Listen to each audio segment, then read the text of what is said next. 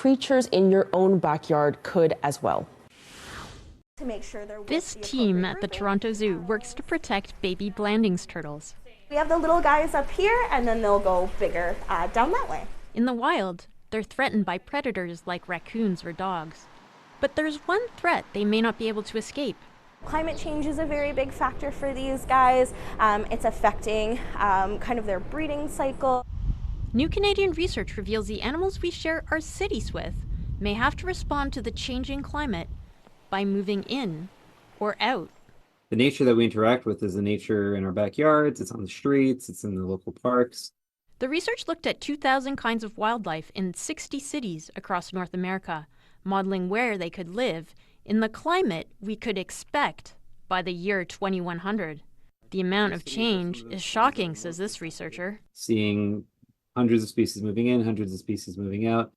It also says some of Canada's largest cities will see the biggest changes.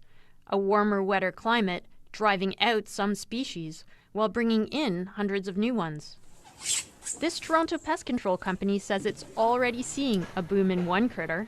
We used to get maybe a few calls per year. People didn't even know how possums look like. They migrated to the north, due to obviously the climate change and urbanization.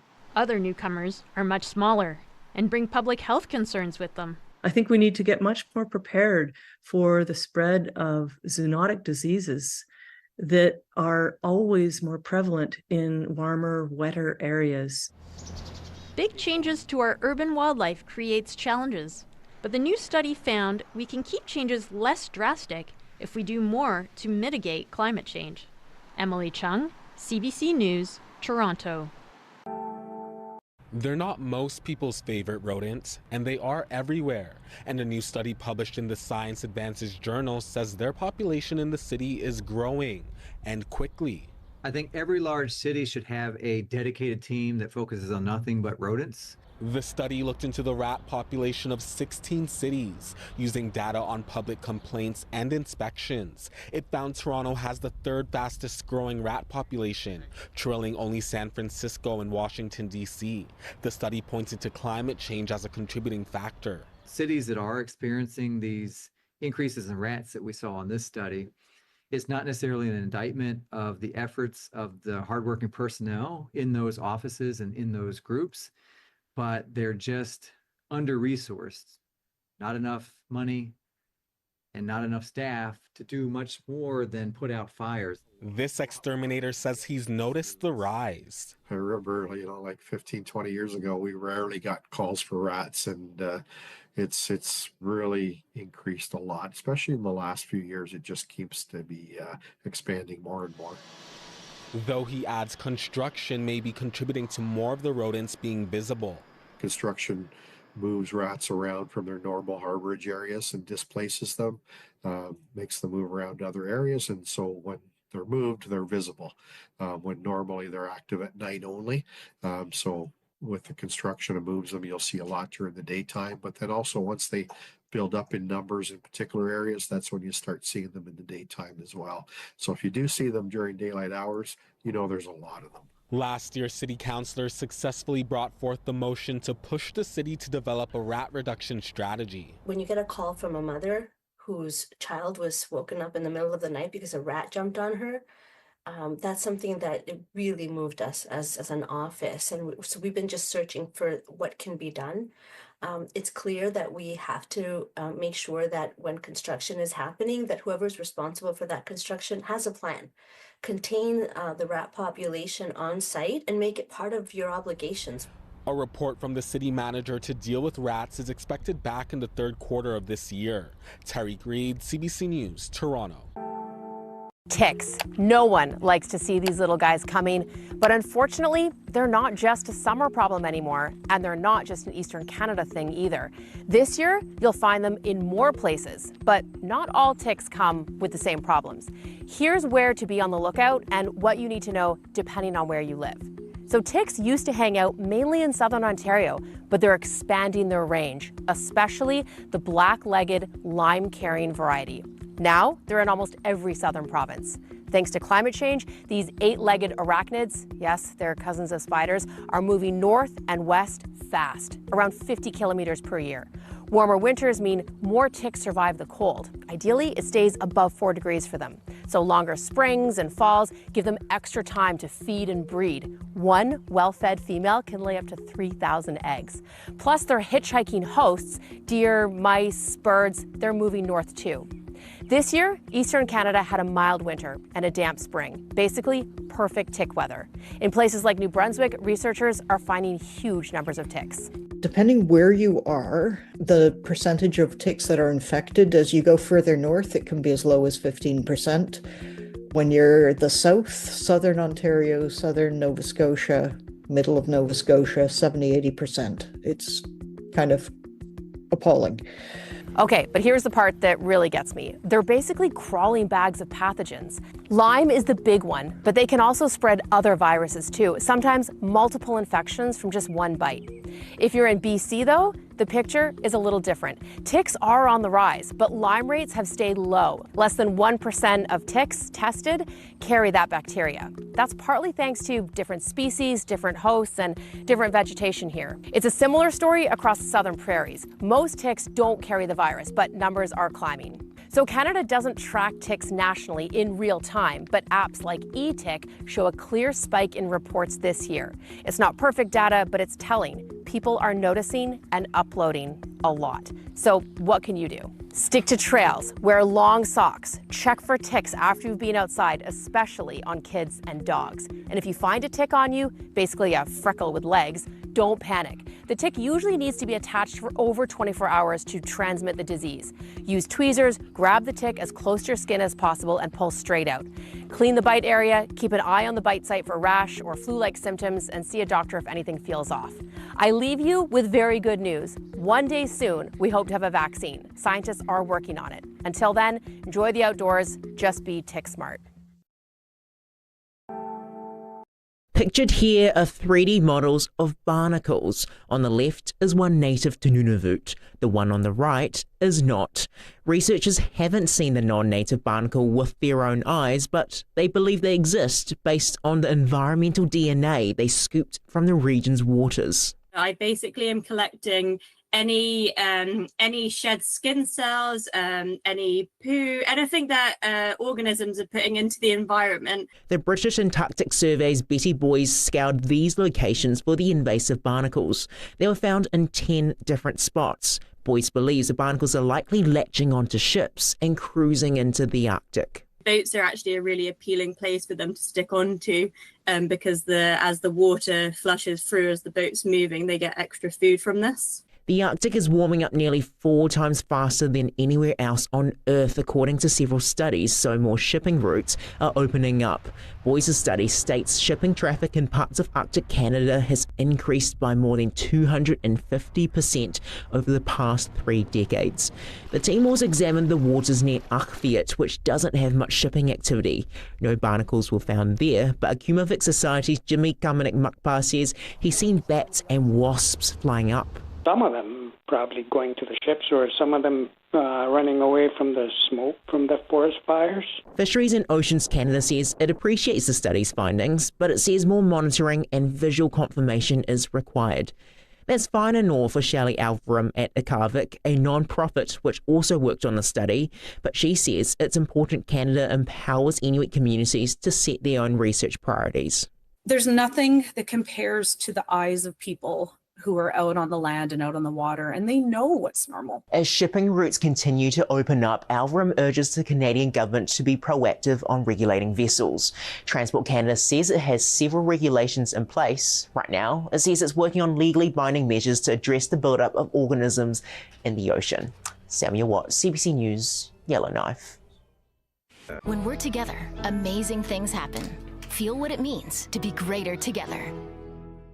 Zarbee's knows how important it is to keep your busy bees busy. Our full range of cough and immunity syrups have you covered. Zarbee's is inspired by nature. We use effective ingredients backed by science. Zarbee's, for the love of all they can be. At Money Mart, we're more than just a quick money fix. We're part of your neighborhood. I needed cash fast. I filled out a quick application, got approved, and walked out with money. It was that simple. At Money Mart, we say yes when others say no. Guys have given me 6 seconds to give you an elevator pitch about how powerful Pestler PRDG monitoring software is. It's vendor agnostic, OT.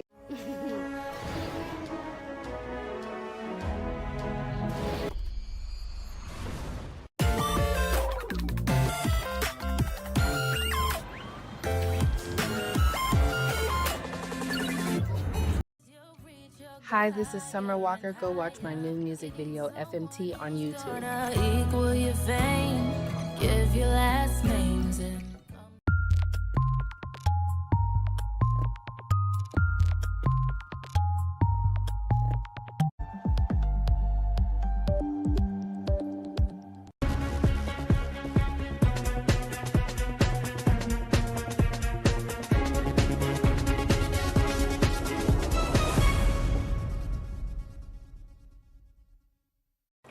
Welcome back. We're featuring stories about how climate change is impacting our lives and the world around us. Warming oceans and drought conditions could affect how we access and use our water. Next up, our oceans and waterways are changing, and it could be a result of climate change. Glaciers in the Yukon-St. Elias mountain range are disappearing. As they melt, the impacts are being felt locally and globally. As Tori Fitzpatrick explains, for some locals, losing the glaciers is about more than melting ice. Alice Johnson says her language, culture, and heritage are intertwined with the glaciers. When you impact an ice field, you impact the lives of people who are here. I'm tied to this land. I'm tied to the water and to the mountains. They embrace me, I embrace them. She feels it's her responsibility to teach younger generations about them before they disappear. She says the glaciers have shaped her people's lives for generations. Like the glacial system is a resource. It's a body of water, frozen lands that are still there that were used as transportation routes. Now, climate change is causing them to melt at rapid rates. And she's worried what that will mean for her people. How does that impact the language? How does it impact our culture? Luke Copland has been studying glaciers in the St. Elias Range for almost 20 years. He says these glaciers are the thickest in Canada, but in another century, the smallest of them could disappear. But the big question is, does that cause a greater speed up of the glaciers? Or because the glaciers are thinning over time, are they actually slowing down?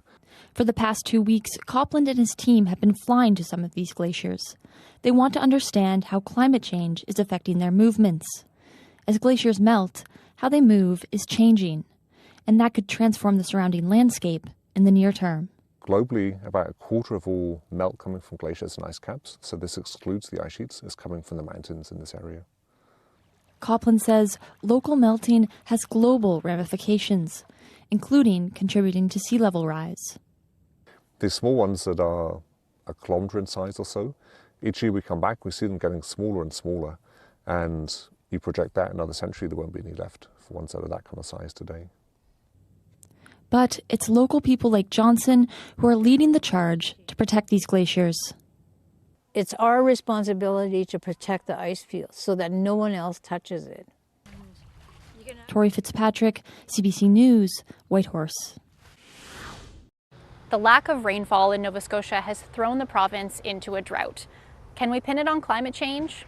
Dry conditions have been building all year.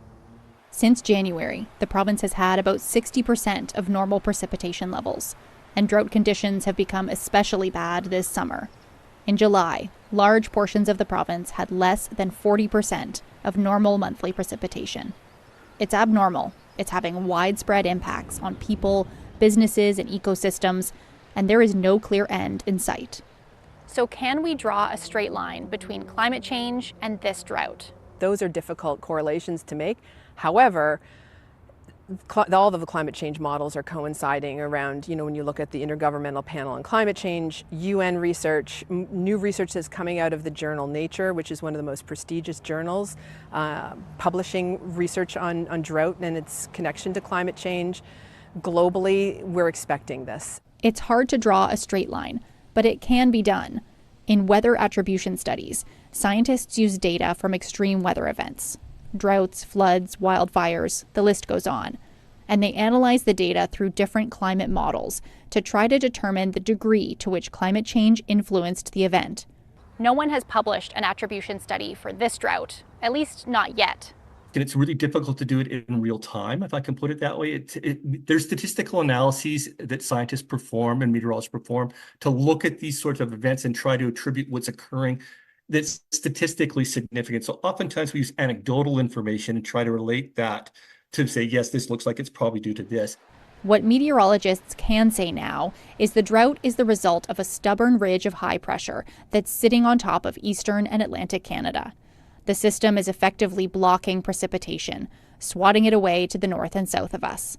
And this type of system is becoming more common in our changing climate. What our models suggest is that because of climate change, we're going to see more high amplitude weather, if you want to put it that way. So more storms, but also more really significant high pressure areas that really put these blocking patterns into context. The drought has turned parts of the province into a tinderbox, leading the provincial government to introduce some pretty drastic restrictions on outdoor activity. It's going to take a lot of precipitation for conditions to change, but Nova Scotians need to be careful about what they wish for.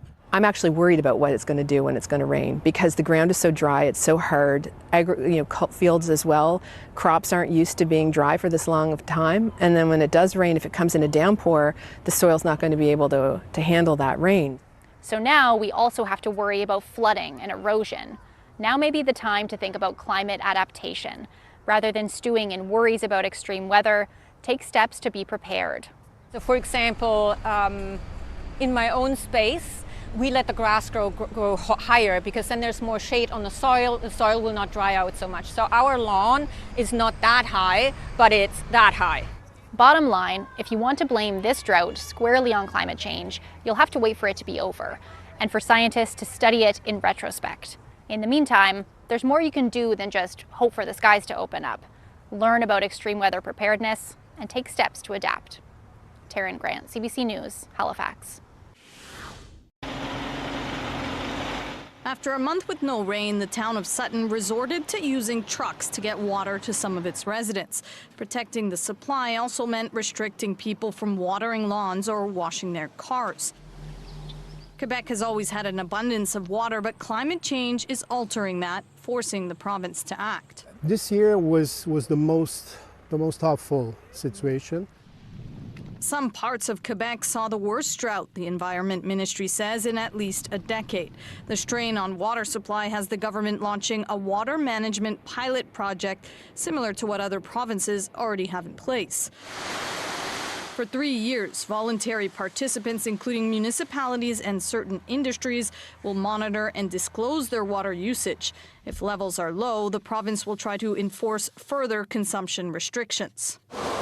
The project will focus on central Quebec, home to the province's many cranberry fields. Some, like Sutton's mayor, say they still don't understand how the project will work, and more attention needs to be paid on prevention.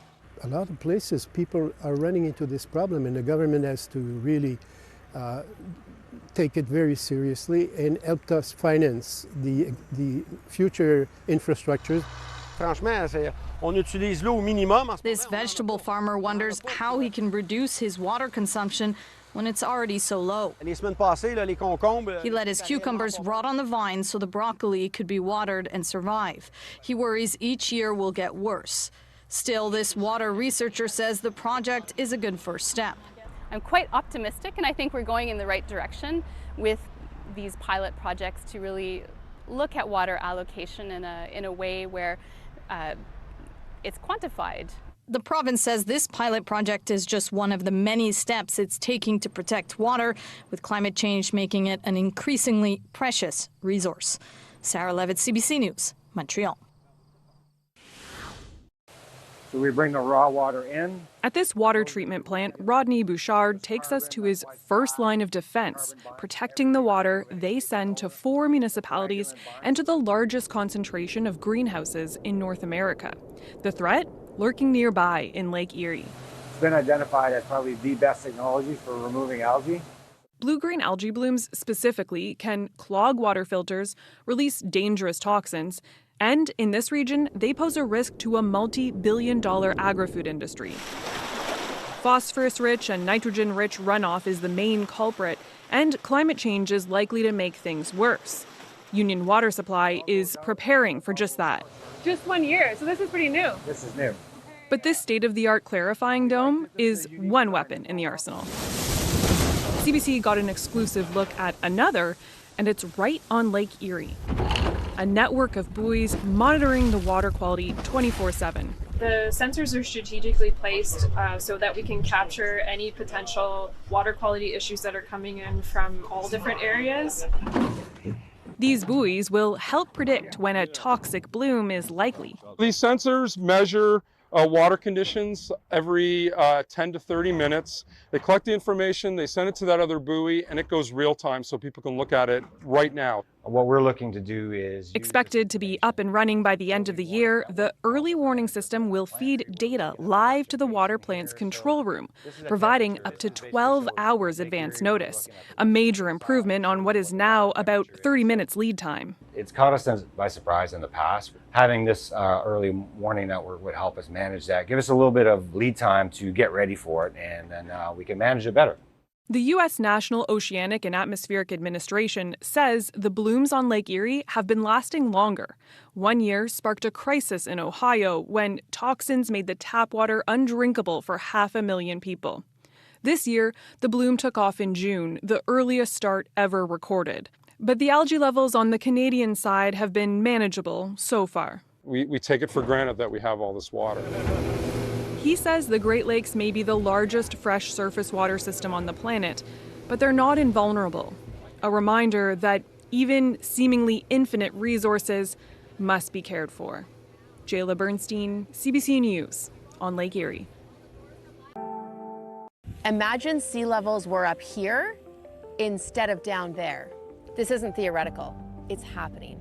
Okay, so not in a couple years, but over a couple centuries, which means now is exactly when we need to start planning. How we build our cities, how we adapt our coastlines, zoning laws, flood maps, seawalls, wetlands. This isn't abstract, it's about staying ahead of the water.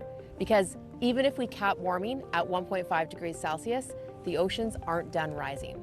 Scientists just reran the numbers, drawing on ancient coral, sediment, fossil shorelines, and found that the last time Earth was this warm, about 125,000 years ago, sea levels were 4 to 10 meters higher. That's because ice takes time to melt, but once it starts, it's hard to stop. Greenland and Antarctica, that ice won't collapse overnight, but once they go, they don't quit. It's like tipping a jug of water. You can't freeze it mid-pour. Even conservative projections show a 1 meter sea level rise in 75 years, but it keeps going from there. Right now, about 230 million people live on land less than 1 meter above sea level. About 1 billion within 10 meters. That's 1 in 8 people on Earth. So no, your entire city isn't going underwater tomorrow, but this is coming, and we've still got time to get ready.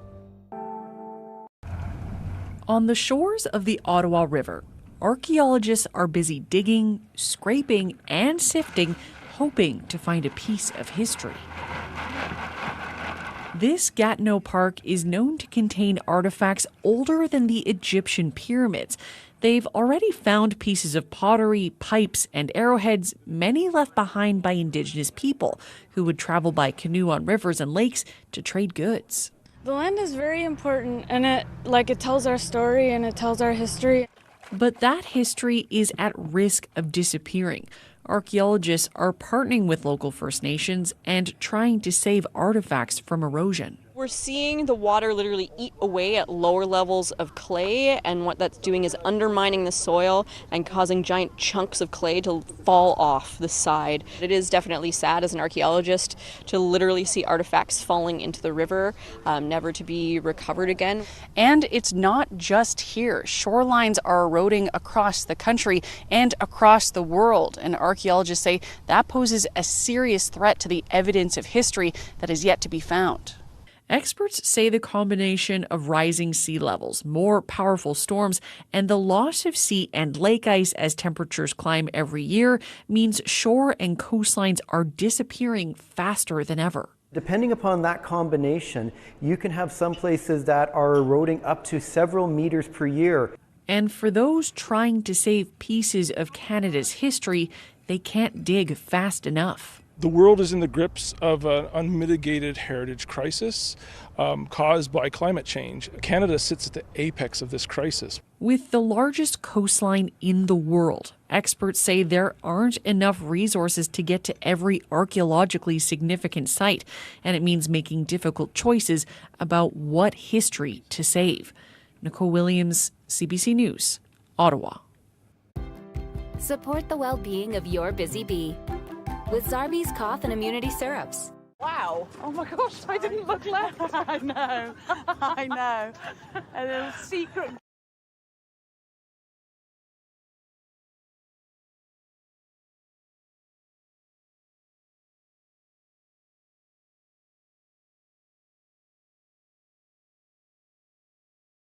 Build a website you love with Wix,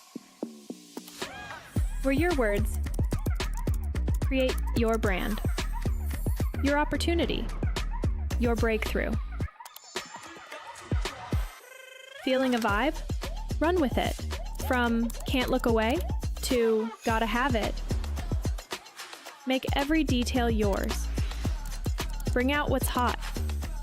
Remove what's not. Crystallize it. Instantly, set a tone that speaks in your voice to your audience. Keep moving. Your site grows with you. Add solutions that meet you where you are and take you where you want to go.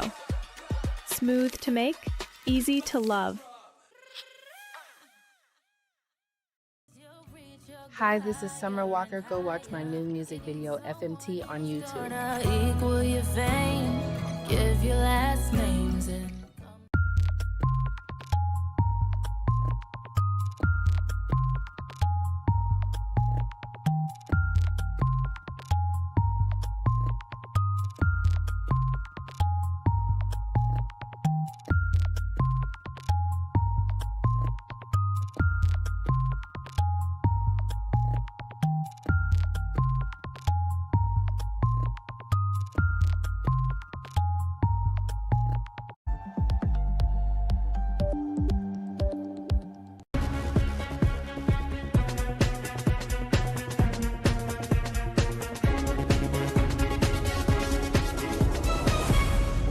And we're back. Today, we're taking a look at climate change stories from across the country. Next up, could a shift to renewable energy be a solution to the climate crisis? Let's take a look. What if every single roof in the world had a solar panel? Okay, so this might sound like a big and random hypothetical, but stick with me. Because one group of scientists actually did find an answer.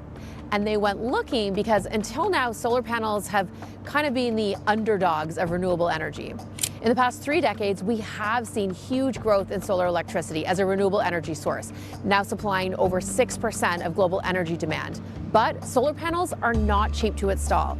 That, combined with skepticism about their effectiveness, has led to solar energy being underrepresented in climate models. Basically, solar panels are still pretty niche. But now we have a glimpse into what their full potential could be. Here's how scientists did it. First, the team had to calculate the total area of rooftops across the entire planet. No big deal. To do this, they actually trained AI to identify rooftops on remote sensing imagery from satellites, like a CAPTCHA test. But this time, we asked the robots to find all the rooftops. Turns out rooftops worldwide cover a total area of 286,393 square kilometers. That's about the size of the Philippines. That gives you a sense of the available space, but not all rooftops are created equal. So the team divided the globe into multiple clusters in order to consider the challenges tied to each location. This involved factors such as community wealth, the need for solar panel installation training, and the varying levels of sunlight different regions receive. From there, they calculated the amount of energy that could be produced and how much of a drop in carbon emissions would result from switching to solar power. And that's how they got a global surface temperature drop of between 0.05 and 0.13 degrees by 2050. That might not sound like much, but that fraction of a drop could be the tipping point for some coastal communities, whether they survive or not. It could determine the Greenland ice sheet collapsing, or if the boreal permafrost suddenly thaws. Sure, putting solar panels on every roof isn't realistic, but what these scientists wanted to prove is that focusing on areas with strong sunlight or fast-growing cities can make the most of these systems, and there is a viable path forward to avoid a global climate disaster in the coming years, if we choose to take it.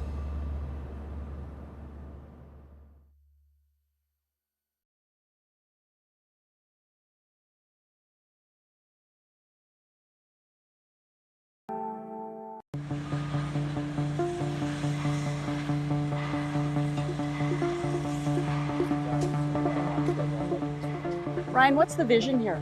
Well, what you're looking at is the first small modular reactor being built in the G7.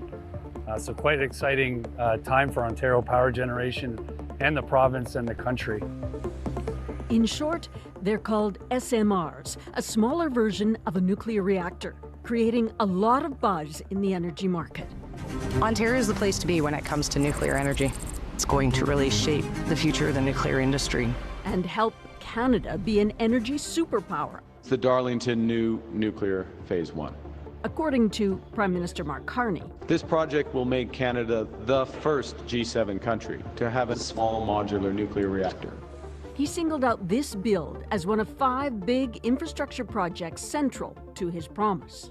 Reliable, affordable, clean power to 300,000 homes, while sustaining 3,700 jobs every year over the next 65 years. What's new about this? We've done nuclear in this province for decades. The reactors we've built to date are large-scale reactors. This is a small modular reactor, so a little smaller in megawatt output. However, it can be done in a modular fashion in an effort to make sure we build it on schedule and on budget. This is just the first reactor. This site is already being prepared for reactor 2, 3, and 4, which is expected to be complete by the mid-2030s. In total, 1,200 megawatts of electricity. At a cost for all 4 of nearly $21 billion. It's simply... But this longtime nuclear expert is cautious. That $21 billion price tag for the Darlington project will go up. Alison Macfarlane, a former chair of the U.S. Nuclear Regulatory Commission, now a director at the University of British Columbia. The small modular reactors, they've never been built, and so there's a lot of uncertainty about them, and a lot of uncertainty about the cost, especially. There's actually 10 major forgings in this unit. Right now, there's a lot of discussion over the small modular reactor, not just in Canada, in the US, and North America, but ultimately around the world. There's a lot of conceptual discussion on SMRs, but this one's actually being built. GE Vernova Hitachi, a US-Japanese alliance, developed the design. A company in Cambridge, Ontario, is manufacturing the reactor pressure vessel, or RPV. The cylinders from Italy will be configured here at BWXT and ultimately welded into one unit.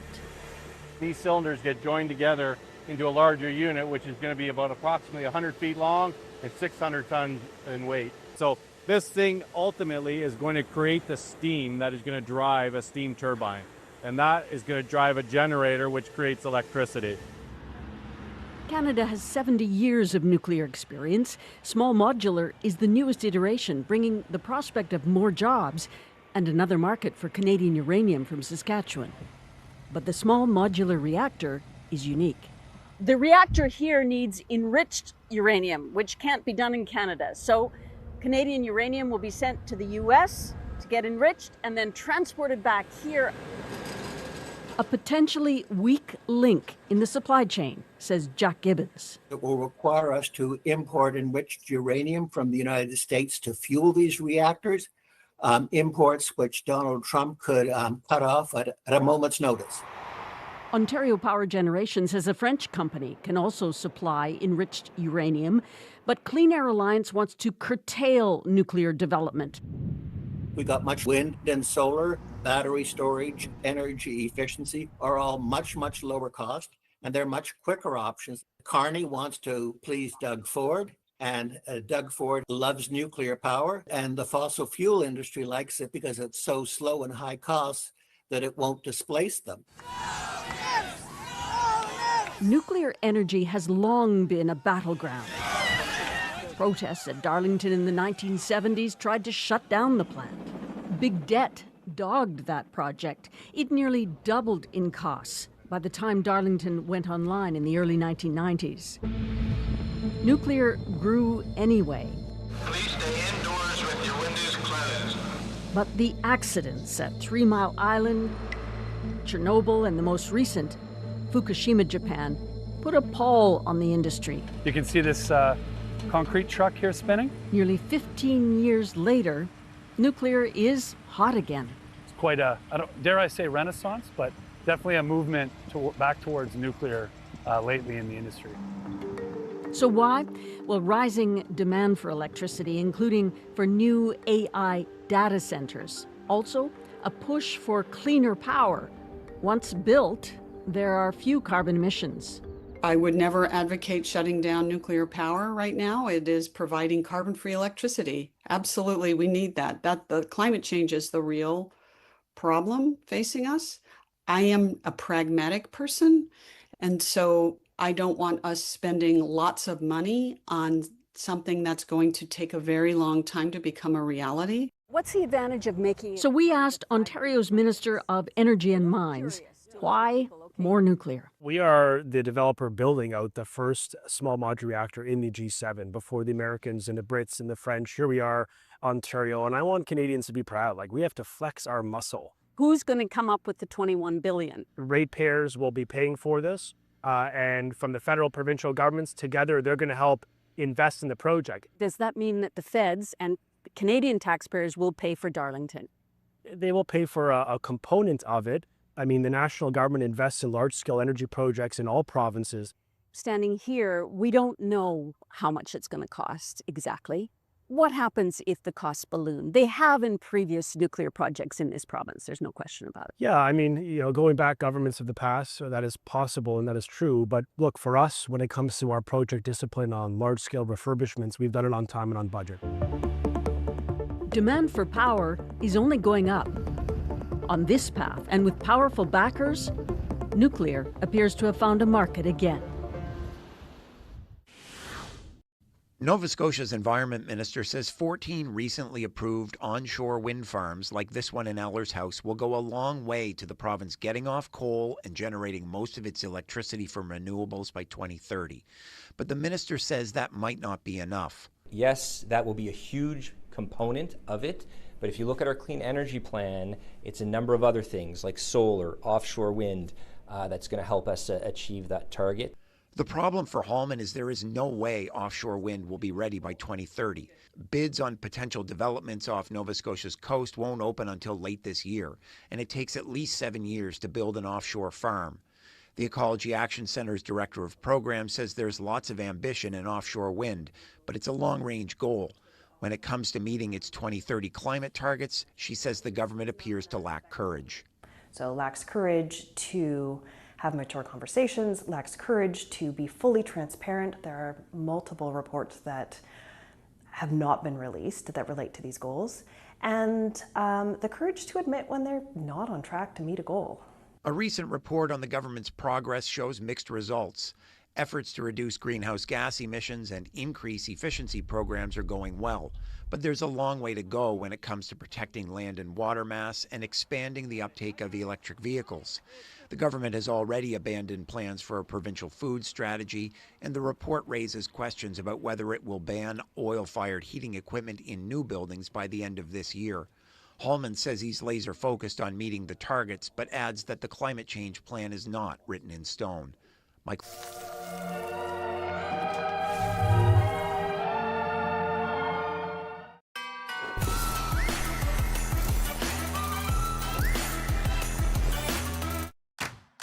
With Fast Signs, see the visual possibility in your business.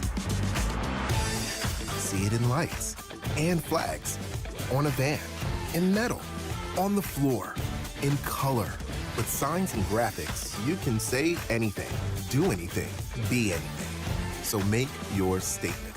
With your masterful team of visual marketing experts, anything is possible. Fast Signs, make your statement. The holidays aren't powered by elves. They're powered by supply chain champions using Blue Yonder's AI to deliver the magic of the holidays. Blue Yonder is your AI company for supply chain, empowering the people behind every gift.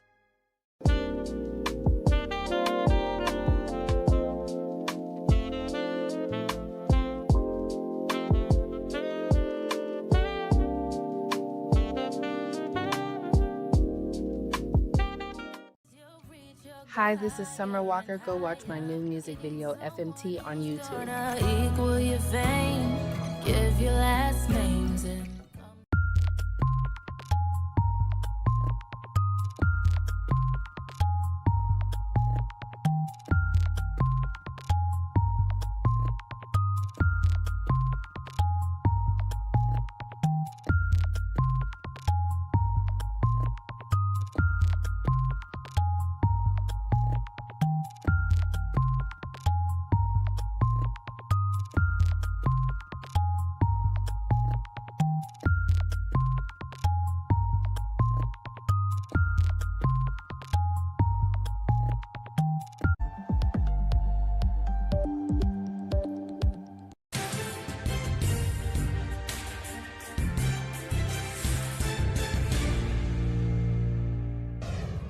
Emergency care is in crisis. It's been 8 hours. 12 hours.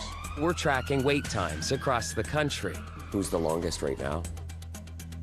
About 36 hours. Patients desperate for help. It makes me feel like our system is broken. How often then are you seeing a patient and thinking, I should have seen you hours ago? Oh, every shift. For some, the consequences of a stressed system are deadly. We trusted the system to take care of ourselves. And that is a trust that is forever gone. This is your marketplace. We're at two of this country's busiest emergency departments, spending a day shift inside one and a night shift outside another. Following doctors, talking to patients, and tracking their wait times. Getting an up-close look at an emergency care system in crisis. It's early morning at Sunnybrook Hospital's ER, and the chief, Dr. Justin Hall, is starting his shift. Morning, Mike. Many of the patients he's about to see have been waiting overnight. I'm just going to turn the light on, sir, if that's all right. John's been here since 2 a.m. Can you tell me what's brought you in today? Well, I have difficulty finishing a breath. Okay. Waiting for 7 hours. And as Dr. Hall orders more tests. Can we do a walk test for him? He'll likely be here for much longer. This Toronto hospital is the largest trauma center in the country. Roughly 200 people come through daily. Last year, the median length of stay for patients was 8 hours and 13 minutes, meaning half waited even longer. It is the longest in Ontario. Data shows wait times across the country are getting higher. We've been tracking, and the numbers are stark. PEI's hospital with the longest wait is 5 hours and 19 minutes, and it just goes up from there, all the way to 13 hours and 3 minutes. That's Quebec's longest wait. Behind the data, there's Dell. I was so scared. I was just full of fear and wanted Finlay to get seen immediately. Finlay was triaged at level 2 on the Canadian Triage and Acuity Scale, meaning his case was emergent. Guidelines say he should have been seen by a physician within 15 minutes. Instead, he waited for hours.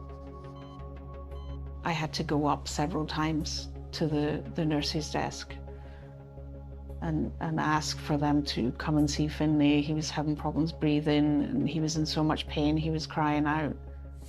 Hospital records show every time Finlay's vitals were taken, his oxygen saturation kept dropping. 8 hours and 22 minutes after he arrived, Finlay finally saw a doctor. Then everything changed. There were lots of people involved. The doctor knew at that point that something was wrong and action had to be taken. By then, Finlay had sepsis, his body's reaction to pneumonia. He went into cardiac arrest. His organs began to fail. You want your kid to be the miracle kid. And asking, is there a chance of a miracle? But there wasn't. There's small comfort in us knowing that we tell our kids we love them every day.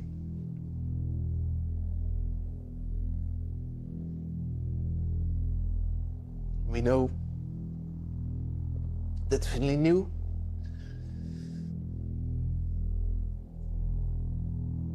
But what can you say in those last moments?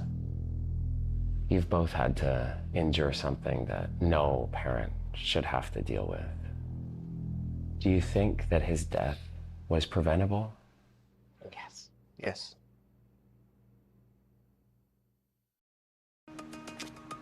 Dr. Fraser Mackay is with the Canadian Association of Emergency Physicians. They've been sounding the alarm about long wait times for years. We know we work in a system that is falling apart. So how often then are you seeing a patient and thinking to yourself, boy, I should have seen you hours ago? Oh, every shift, undoubtedly. His own ER in New Brunswick is no exception, and so he avoids going into the waiting room altogether. When I have 40 pairs of eyes on me, and they just want eye contact because they want to be seen, they want me to know that they're waiting to see me and they're suffering. I know that, of course I know that. And that's a really hard thing to do. I don't know which of them is going to have a devastating diagnosis. I don't know which of them is going to get called in 5 minutes. We're starting the clock on a 12-hour overnight shift outside St. Michael's Hospital in downtown Toronto, tracking how long patients who have come to this ER will wait. Hey man, how you doing? My name's Chris, I'm a reporter with Marketplace. Right away, we meet Anthony, who's just arrived by ambulance. What did you come for? So I've been sitting in pain for 2 days. My foot's swelled up twice the size. So, you know, I hope I don't need pins. Well, I hope your wait isn't too long, but stay connected and we'll keep in touch. All right, thank you. All right. Time passes. As we wait for an update from Anthony, we meet Jen, whose husband is inside. How long have you been waiting here for your husband? We've been here for 8 hours now. Why did you and your husband have to come here to the ER today? So he just has some lower back pain problems that just came out of nowhere when we were getting ready for my sister's wedding. This is not how you were expecting to spend your sister's wedding day. Definitely not. No, he's missed the entire thing. It's now just before midnight, and as Jen heads back inside, we find Jonas in a lot of pain. I have problem in my back. Oh, your back, Yeah. okay. I guess they didn't give you any idea how long you might have to wait? No, he don't say nothing. He say you need to wait. And so she does. What does it feel like when you think about all the patients that are out in that waiting room and you can't get to them quickly and treat them the way that you want to? This is such a huge, overwhelming problem. It's when it's the individual patient, that's when it hits. It sticks with you. Yeah. Yeah, it sticks with you, and it's because it makes you question, are you good enough? And are you in the right job? And that's hard. Is crisis the right word to use when we describe the system right now? Crisis is a great word, other than the fact that it implies sudden. We've been very clear for many, many years. We know these problems, we know they're getting worse. The problem is complex. Burnout is leading to staff shortages, and a lack of family doctors is pushing more people to depend on Emerge. But experts say the biggest issue causing long wait times is what's called boarded patients or bed block. ER patients who have been admitted to another unit in the hospital, but that unit is full, so the patient is left waiting in the ER. A few hours into Dr. Hall's shift inside Sunnybrook, we watch that unfold. We have 31 patients who are admitted to the hospital but are remaining in the emergency department because there's no bed. That's roughly half of your overall patients. It is. Right now, Just that's here about waiting. half. Correct. Okay, that sounds like a big problem. It is. It's a big problem, and right now this is sort of earlier in the day, but as the day goes on, this problem becomes more challenging. We start to see that number creep up. Who's the longest right now? The longest right now, who's still in the department, looks like about 36 hours. 36 hours? Yeah. Dr. Hall gets back to the patients who have yet to be seen. I'm just gonna sneak behind you, thank you. Hello. Hello. Hi. And I understand you guys have agreed to have the team here as well. My name's Justin. I'm one of the emergency physicians. It's nice to meet you. But shortly after, an interruption. Apologies. Just give me 1 second. An urgent update from our first patient, John, who's been in the ER for 9 hours now. Okay, thanks for your help. Bye for now. So John doesn't get to go home? No, so John's gonna stay. He's got a few things going on. I'm concerned about his breathing. So now essentially he's a blocked patient. He will be. So as we were chatting about earlier, now I think we have 33 admitted patients from what I can see. I've now just added one more patient to that. So he will get seen by our specialist colleagues, likely admitted here shortly, and then he will wait for a bed. So John stays waiting. Back outside St. Michael's Hospital, an update. It's 1 a.m. now, and I just got a text message from Anthony. He's one of the first patients that we met. He came in with a foot cast, complaining of swelling and pain, and he's just texting me to say that he's waiting for surgery now, still in the ER, some 7.5 hours into his wait, and we'll keep checking in.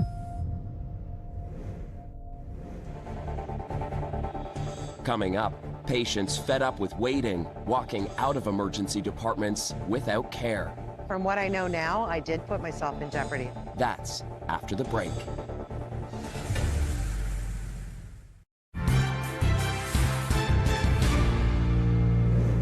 We're outside Toronto's St. Michael's Hospital, tracking how long ER patients are waiting. It's 2 o'clock in the morning, and we meet Joyce, who had a sewing needle lodged in her foot. We have been waiting out here for hours. We've heard from at least 2 people who mentioned the girl who was screaming with the needle inside of them.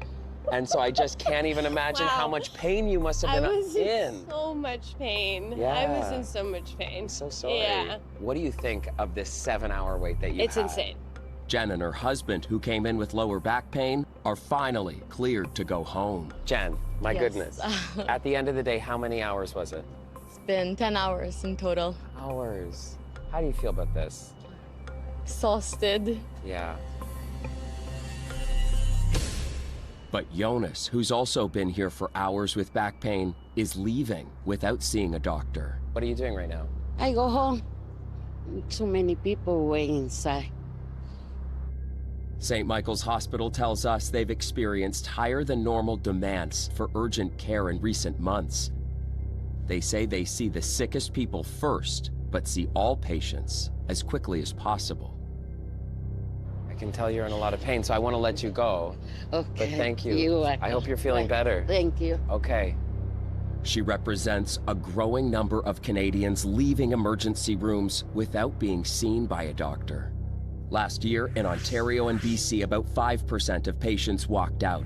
In Nova Scotia and Newfoundland and Labrador, 10%. It's about 12% in Quebec, Nunavut, and New Brunswick. And 2 provinces, Manitoba and PEI, have an even higher rate. It's rare that a shift will go by where one of the patients I'll see isn't someone that was there yesterday or the day before and couldn't handle the weight and left. And now they come back, and now they're that much sicker. In New Brunswick, where Dr. Mackay works, that breaks down to nearly 60,000 patients who walked out of Emerge just last year. We're on the road to meet one of them. It was chaotic, it was loud, there was a lot of people that are just really upset about waiting. Susan Gordon arrived at the Moncton ER by ambulance this past June. She'd been vomiting repeatedly and had sharp stomach pain. You know how they always ask you your pain out of a scale of 10? I was at a 15 about that night. Oh my God. But after more than 3 hours in a crowded waiting room, she gives up and walks out. And when you made that decision to leave, do you think you put your health in jeopardy? From what I know now, I did put myself in jeopardy. After leaving the ER, her pain intensifies until she collapses and ends up back in Emerge. She said it's your appendix. I needed to have surgery, and they were doing it immediately. So you went in with what you now know is appendicitis. Yes. And you didn't end up getting care. How does that make you feel? It makes me feel like our system is broken. Horizon, the health authority that runs the Moncton Hospital ER, tell us they don't want any patients to leave without being seen, and say the long waits are a result of blocked patients waiting for beds in overcapacity hospitals. They add they're trying to find solutions under these challenging circumstances. New Brunswick's Ministry of Health tells us they're taking steps to improve patient flow and increasing access to primary care to reduce pressure on ERs. Inside Sunnybrook Hospital, Dr. Hall is trying to prevent patients from leaving before they're seen by increasing overnight coverage using private donor dollars, ensuring Sunnybrook will always have at least 2 doctors working the night shift, something that's not possible in many hospitals across the country. Typically in the later evening and overnight were some of our longest wait times. He says the time patients spend waiting before a doctor sees them has gone down by about 30 minutes. Why is that so important, that metric of initial assessment by a physician? So when someone's been triaged, but they haven't been seen potentially by the physician yet, that is a bit of a gray zone or a black box. We don't know what's there, and some patients might be getting sicker during that time. So the earlier we can see patients, the better that it is. Patients like Finley Vanderwerken, who waited more than 8 hours at the Oakville Hospital. Do you think if a doctor set eyes on Finley sooner, the outcome would be different? Yes. Yes. When we see the hospital record, I want to read you a note from the doctor who finally assessed Finley that morning. Unfortunately, there have been long wait times overnight. Current wait times are over 10 hours. He had waited 8 hours to be assessed. What do you think when you hear that note back from the doctor? Anger. Anger, frustration. If this is known, why is it still like that? There's an acceptance. There's an acceptance that this is just how it is. But they refuse to accept it, filing a lawsuit against the hospital and some of its staff. Halton Healthcare has filed a statement of defense, denying negligence. They tell us they've improved scheduling so there's more doctor coverage during periods of high patient volume, and add that in the past 8 months, the time it takes for that physician initial assessment at the Oakville location where Finley went has decreased by more than 32%. But Hazel and GJ are advocating for greater change, including maximum wait times for children in the ER, calling it Finley's Law, and calling on lawmakers will be needed.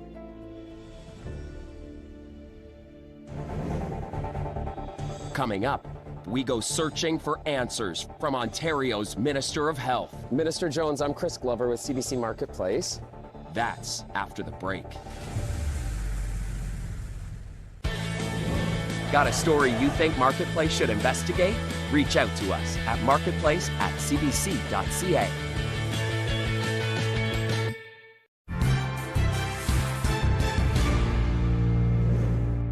We're finding wait times in Canadian ERs are climbing, and the consequences are too.